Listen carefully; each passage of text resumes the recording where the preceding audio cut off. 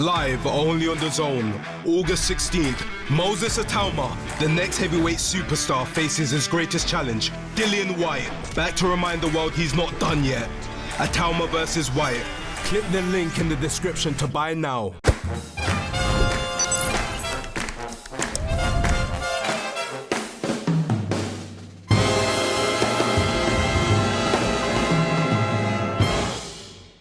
This is Coogan Cassius for IFLTV. Delighted to be joined by Mr. Gareth A. Davies. Well, we were in the same venue and now we're doing a Zoom.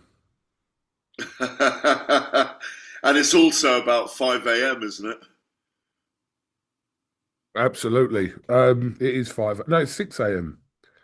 Oh, well, that's good to know. 6 a.m. Let's delve straight into it. First of all, what a stunning first round win for the 20-year-old sensation Moses Itauma tonight. Yeah, it was incredible. What he produced last night, because we're in the morning now, was quite incredible. He delivered on everything that anyone thought great of him. He was clinical, brutal, concise, picked Dillian apart, was patient in victory, and lived up to all the expectations that anyone had of him. He was nerveless. I interviewed him in the ring afterwards. He said he didn't feel any nerves. All the work had been done over 14 weeks in camp. The game plan went to perfection, and he saw the opening straight away. He saw the things that he was told he would see if he did what he did. He looks amazing. He's got great presence in the ring, great poise, and picked apart an old warrior with ease. A star was born. A star was truly born. And we're going to watch in the same way now, probably in his next 4 or 5 fights, and say, but is he good enough? Will he be tested? How do we know how good he is? And he'll probably prove us right, or if you believe he's great the whole time. Gareth, obviously this is not taking anything away from Moses' win. I just want to allude you to an Instagram post from Sonny Edwards. Did you see it? No, I haven't seen it yet because I've just been busy working with TalkSport the entire time and then come back and gone to bed. Okay. Sonny Edwards put on his Instagram stories with a caption that says, "Got a call today saying White leg fucked, and it's going early. This ring walk ain't convincing me otherwise." Did you hear anything about a leg injury for Dillian White at any point? I heard all kinds of things, that Dillian wasn't up for it, that Dillian wasn't this, Dillian wasn't that, Dillian was injured. I did hear a rumour about a foot injury in the week, and then I thought about the way he came down the steps in the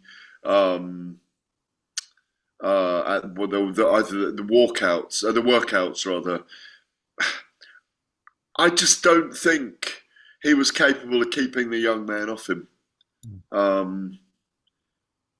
He just looked amazing.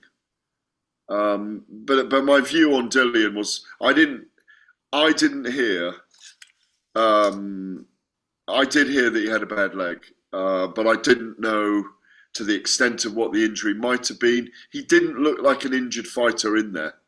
He just looked like a fighter that was overawed by Moses Itauma's greatness. Yeah, I mean, he didn't strike me as, I mean, I didn't hear anything about this until I just saw this, but he didn't look like to me that he had an injury. But then again, that could not tell. He didn't move like he had an injury. He didn't go down like he had a bad foot. He went down like a man who'd taken some very, very heavy punches. He didn't look like he was moving badly in the ring. I didn't look like he was struggling at all. He looked like. Sorry, go on. Well, he didn't look. I wanted to see him howl on the way in. I wanted to see that old Dillian, the old Dillian that said he'd fuck his opponent's team and him and Moses up if they didn't pay him respect. That's the Dillian I wanted to see. The Dillian of menace and carrying that aura of spite and spoiling the party into the ring. But again, I come back to the fact, Gugan, that I just don't think he was good enough to spoil the party against Moses. The only two people that would give Moses problems right now in the heavyweight division, maybe three, are Tyson Fury and Alexander Usyk. But maybe he's capable of beating them as well. We don't think Anthony Joshua would. That's a great fight. I think maybe he gives him some problems, but I still would back Moses to win that fight. I think Moses beats Anthony Joshua. It was a huge gamble. I mean, look, I know all the way through the build-up, not many people were picking Dillian, if any, and everything was kind of stacked in Moses' favour in the build-up. But it was still a risk, wasn't it? If you look at the jump up in class, no disrespect to him, but let's say Dempsey McKean to Dillian is quite a jump up, which he's not really experienced before. We didn't really know what Dillian, with his inactivity, was going to turn up tonight. It was a gamble from Team Itauma'S to take this fight. I always thought that, they were confident they were going to win, but it was still a gamble. Yeah, it was a gamble. Yeah, it was a gamble. But it paid off for them tonight, obviously. Well, you say that. It has paid off for them, but where it hasn't paid off, look, it was a gamble. It was brilliant matchmaking. It was an opportunity to see whether Moses can hold a big event, come out and do what he needed to do, which he did. But he did it in such quick time that in some ways it's given them a headache because he still hasn't got rounds in the bank. And that's the problem. And it's only going to get tougher and bigger fights from here now that they've made that jump. Yes, you could fight a Hrgovic, but really, I mean, I think Turki Al-Sheikh's already tweeted, I want to see Moses in against Usyk. And the talk now is going to be, is it going to risk his legacy against Moses Itauma, as ridiculous as it sounds? Is he going to risk his legacy, or how much money will it take Usyk to get in the ring with Moses? Because I think Moses would take that fight. I think he would fight anyone in the top 10. As Ben Davison told me this week, I do not think there is a heavyweight in the world that could go 12 rounds with Moses. I do. I think Usyk could go 12 rounds with him. I think Fury, if he's on his game, could potentially go 12 rounds with him as well. But I don't know. I don't think Fury will, but Usyk may end up going 12 rounds with him or less if he wins or Moses wins. If Turki Al-Sheikh puts enough money in. But a lot of people have the theory, and I'm talking about wizened fighters, old school people who believe that Usyk will not risk his legacy against Moses Itauma, and the baton will be handed on. We are potentially watching the start of the Moses Itauma era. 26 rounds in, 13 victories. It took Mike Tyson, I haven't spoken to you all week, but I know all the stats. Mike Tyson, 28 fights, 74 rounds before he fought Trevor Berbick to win his first world heavyweight title. Moses is going to be the second fastest guy, if he keeps winning, in heavyweight history, with Floyd Patterson and Muhammad Ali next, George Foreman after that. But he could well be the first to undisputed, the quickest in terms of rounds, and the quickest in terms of rounds ever. Eddie Hearn said tonight that what he would like to see is Itauma fight the likes of a Hrgovic, a Caballero, a Parker. I'm assuming he means obviously before that kind of step then to Usyk, because those kind of fights now will tell us a different story about Itauma. Like Parker, very in form at the moment. Caballero in form at the moment. Hrgovic now is in form after 2 wins after the Dubois loss. So that would give us a better gauge of really where Moses is, surely. Yeah. Did you speak to Joseph Parker afterwards? Yes. I spoke to him during the Talk Sport broadcast as well. And I didn't want to big up Moses too much, him, because Joseph wants the Alexander Usyk fight, to be fair to him. Of course he does. So I didn't want to put him in the shade.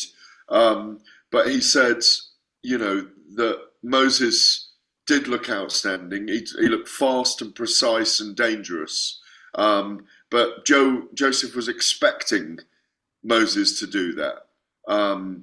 He also thought, like I did, that Moses simply overawed a 37-year-old in Dillian White, who will be very unhappy about the outcome, and didn't hang around in the ring. And I understand why. He's a proud man. He's been around a long time, and he probably felt humiliated by that victory, or at least, or if not hurt by that victory.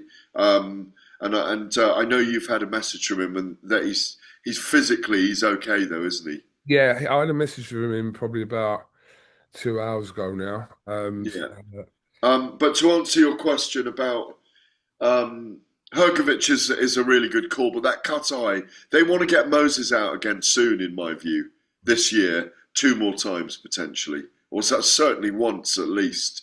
The cut on Hrgovic's eye, Adelaide should have gone for Hrgović from the 3rd round onwards, but Hrgovic's skills and David's maybe inexperience, he should have gone for it against Hrgović after 3 rounds, but he only did after 8 in the end, or he came back in the 8th round. But Hrgović will need time to recover, because that was a nasty cut on the eyes. That probably rules him out. Kabayel and Parker against Moses are really big fights. Kabayel will challenge him, Parker will challenge him, but I've got a feeling he'll win both of them. And as for Dillian White now, Gareth, again, I'll just go back to some of Eddie's comments tonight. He's kind of suggesting that Dillian should probably maybe call it a day now. But, I mean, knowing Dillian, I'm not sure that he'll really want to go out in that way. But I don't know that for definite. Obviously, I haven't spoken to him about anything like that. But it was a tough night for him. And I don't know, just like you said, with his pride and how Dillian is, I'm not sure that he'll be satisfied to end his career like that. I don't think he will. No, I agree with you. And even though it looked like the end, and was it the last walk for Whyte to AC/DC? Maybe, but he'll make that decision. Far be it from me to call Dillian. I don't do this. He did look old in there, but Moses made him look old. It's not the way he'll want to be remembered, so he may well have one more fight. He'd got himself into terrific shape at 244 pounds, was it? 247? Something like that. I mean, he did look in terrific shape. Moses was bigger than him and slightly heavier, of course. So, Dillian, we've known Dillian a long time, and Dillian is friends with a lot of us. I mean, I'm not as close to him as you are. I know how close you are, and a lot of other people around the game are very close to him, because we've got a soft spot for him, because he's the epitome of survival in life. A father at 13, shot and stabbed himself, friends who've died in prison. Boxing's been his saviour in many ways. He's a very mature person now, and was once a very dangerous man. But maybe he's not that dangerous man anymore. But I'm not sure he will want to go out like that, even though many people will be saying, oh, that's the end for him.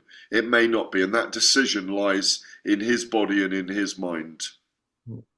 Yeah, no, I can't speak for him, but I just a feeling I get that he won't want to end his career like that. So we'll have to wait and see. Only he knows. No one else knows whether, the right thing. You mentioned Eddie Hearn there as well, and I spoke to him last night on the way in, and wrote a few things and said a few things last night, and spoke to Eddie on the broadcast before Moses fought against Dillian.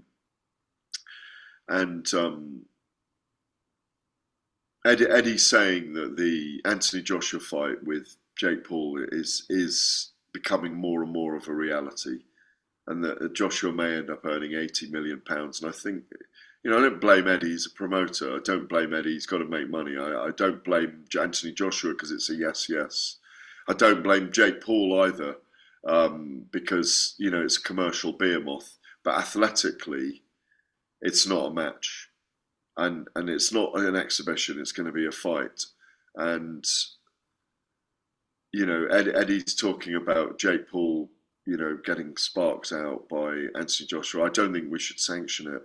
I don't think we should support it, even though we'll probably all be there at it, be it at Dallas Cowboys Stadium or Wembley Stadium, because it will be enormous. The fight we should be getting is Tyson Fury and Anthony Joshua, and I don't blame Anthony Joshua. I'm hearing about a fight with Tony Yoka in Ghana as well. And if Joshua's got 3 left and it's Tony Yoka, or Jake Paul, Tony Yoka, and Tyson Fury. I know the one I want to see. But it's extraordinary, really, that fight might even happen. And you mentioned Eddie there, and I spoke to him last night, and he confirmed, not confirmed the fight's happening, but he said it's becoming more and more of a reality and more of a prospect. I just think it's a step too far.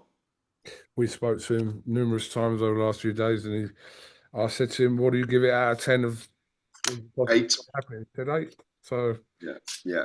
Wrong. Yeah. Right, Gareth, I will let you get on with your travels.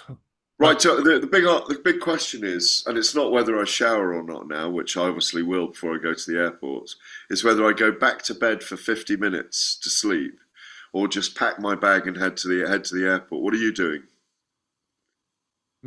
Well, we are going to sleep for a couple of hours here in Riyadh, and then we're going to get on the hunt for some more videos. Okay, good for you. You relentless beast, you. Yeah. How's it trending? Did a lot of people watch it, in your view? I'm not really sure. We can't really get a gauge of like all the traffic till tomorrow, or say tomorrow, later on today. So I know what did trend, and yeah, your shower analogy. Oh, let's not even go there. You started this all those years ago with me and Dylan. Gareth, you started it by being a weirdo, right? I didn't start it. I just filmed it. So it must make me a weirdo. Right, just to explain then, you know why I asked the question is because I knew the old fighters of old didn't used to shower before they fought because they wanted to smell bad for their opponents. Apparently Sonny Liston did it. People have talked about Nikolai Valuyev, and many others did it. Can I say one thing? Do you know when you lead with that, the context of it, yeah, that's one thing. But when you just lead with like an opening statement of, do you shower before a fight? No, I don't. No, but weird, mate. Anyway. No, it's the timing of the interview. No, when I asked Moses, he freaked out. So I thought he might know about it. Because remember when that happened, first of all, for about 6 months, I was asking... with you and on several other interviews must have asked 10 boxers did they shower, and it became a regular thing and people knew what the in joke was, even Hamza Shiraz said to me last night on air, yeah, I have showered, by the way. He looked like he'd showered, but I think it's an interesting concept whether people leave their pheromones on them and take a smell with them into the ring. All I know last night is that all Moses Itauma could smell was victory. Very well put. Right, well, listen, safe travels. Much appreciate your time this morning. See you for part 2 at the airport, yeah? Yeah, I probably won't be at the airport because my flight isn't until later. But we will definitely catch up in the week, Gareth. Lovely. All right. Cheers, Mugen. Always a pleasure. Up, man. Thank you very much, Gareth. Cheers. Cheers. Only on DAZN, August 16th, Moses Itauma, the next heavyweight superstar, faces his greatest challenge, Dillian White, back to remind the world he's not done yet. Itauma versus Whyte. Click the link in the description to buy now.